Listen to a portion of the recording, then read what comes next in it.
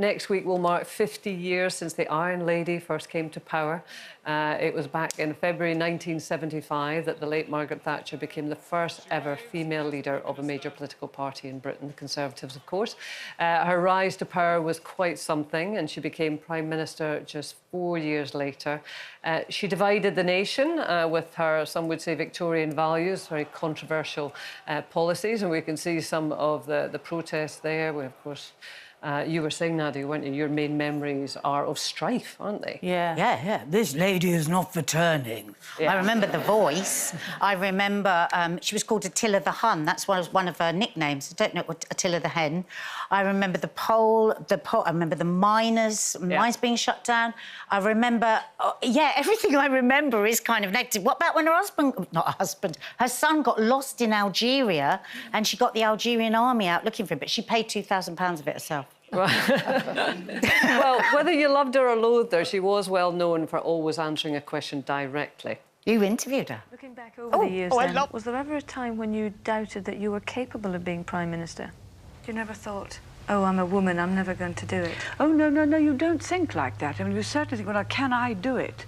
But you don't start to think, now, look, I'm a woman Prime Minister, I'm different. You think, I'm a Prime Minister, I've got to... What do I want to do as representing my country? How am I going to get it through? You don't think in terms of being a woman Prime Minister or a woman Minister or a woman Member of Parliament. You think in terms of, this is my job. How am I going to achieve my objectives? How best can I do it? What's the best way to do it? By being the Iron Lady. I know. You could see in her eyes she was looking at me thinking, who's this child that they have put before me? Oh, my God, she absolutely minced me, I have to say. But do you think she'd win a general election if she was standing today? I think she'd give him a good run for her money. I mean, not everything she did I agree with, but a lot of the things that she did I do agree with. I mean, I was able to buy my mum a little council flat years and years ago, which none of us were ever on a property ladder, but because of her, a lot of people did manage to get on the property ladder, unlike my kids now. Which was good, but they didn't build more, so now we've got a shortage of council homes. That's the thing.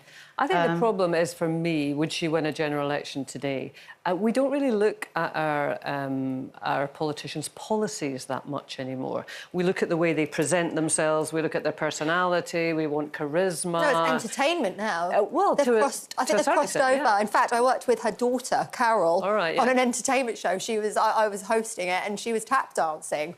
And that just goes to show everything's sort of bleeding into itself. So you've got politicians now who are in the jungle, or they're on shows where we want to be entertained by them. They learn sound bites. They see it as a popularity. Politicians. No, they almost become a parody of themselves. We almost laugh now that they don't answer the question. Surely their job is to answer the question. But we're just watching them in the jungle now. Yeah. But it was a long time ago. So much has changed, hasn't it? As you say, what our expectations of our politicians are. I don't think she would win a general election now, because I think that kind of school-marmy type person as she was. And I mean, when I did meet her, so I was like 24 in that clip, and...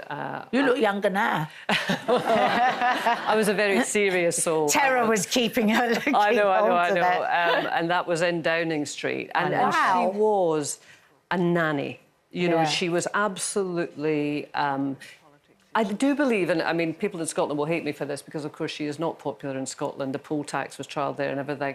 And I personally didn't agree with her policies, but I do think she thought she was doing the right thing for the country. Now, whether you agree with her or not, whereas I think a lot of politicians now, it feels like they're doing the right thing for them. Yeah. And I don't think that she would necessarily fit the mould of what we were looking for now. I mean, you're younger, Miley. What do you think?